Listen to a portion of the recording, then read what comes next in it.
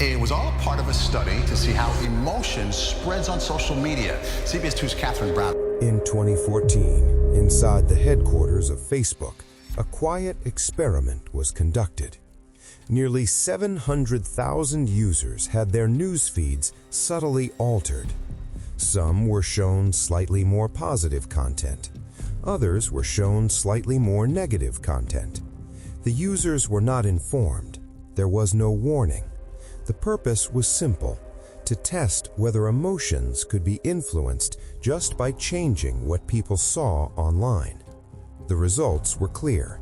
When users were exposed to more negative posts, they began posting more negative content themselves.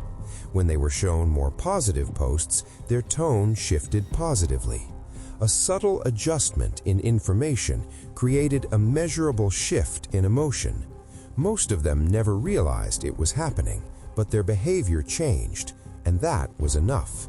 Because if your emotions can be influenced, your decisions can be influenced. And if your decisions can be influenced, how free are they? Every morning, millions of people wake up and reach for their phones. It feels natural, automatic. You scroll through headlines, opinions, arguments, trends. It feels like exploration, but what you see was filtered long before you arrived.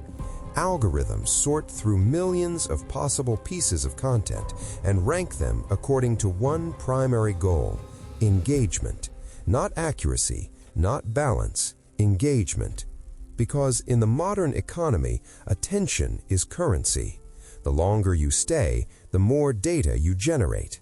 The more data you generate, the more predictable you become. And predictability is power. A few years later, the Cambridge Analytica scandal exposed how personal data from millions of profiles was harvested and used to build psychological models of voters. Traits like openness, fear response, and political leaning were inferred from simple online behavior. From there, highly personalized political messages were delivered, not broadly, but individually.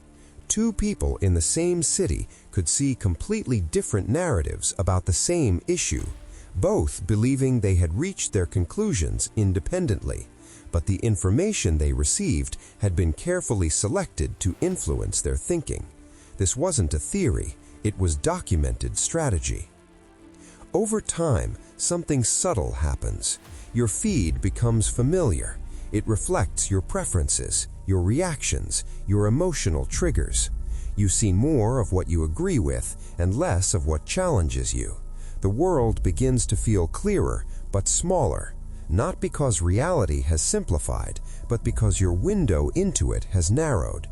Extreme content rises faster than balanced discussion because strong emotion keeps you engaged. Anger spreads quickly. Fear spreads faster. Certainty spreads faster than doubt, and repetition turns suggestion into belief. The system does not remove your freedom, it frames it. It narrows the visible options and suggests within those boundaries. You can choose any video as long as it appears in your feed.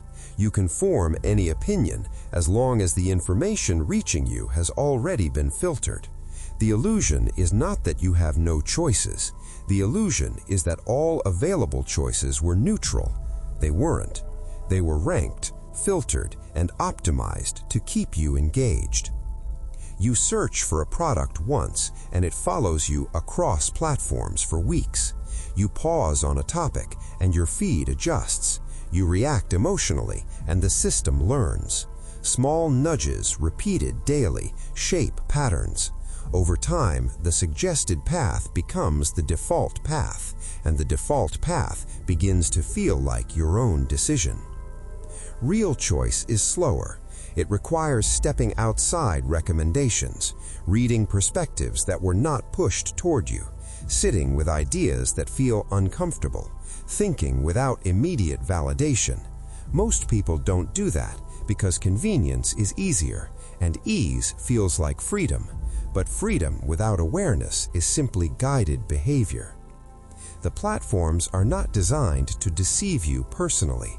They are designed to optimize outcomes, engagement, retention, profit.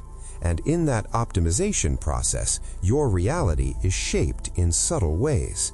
So the next time you scroll, the next time you feel certain, the next time you believe you independently arrived at a conclusion, pause.